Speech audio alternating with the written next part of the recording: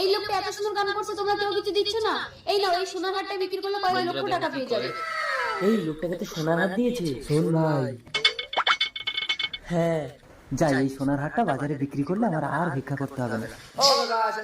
কোথায় যাচ্ছ? আমার গান শুনে একটা মেয়ে আমাকে সোনার হার পুরস্কার দিয়েছে, তাই এটা বাজারে বিক্রি করতে যাচ্ছি।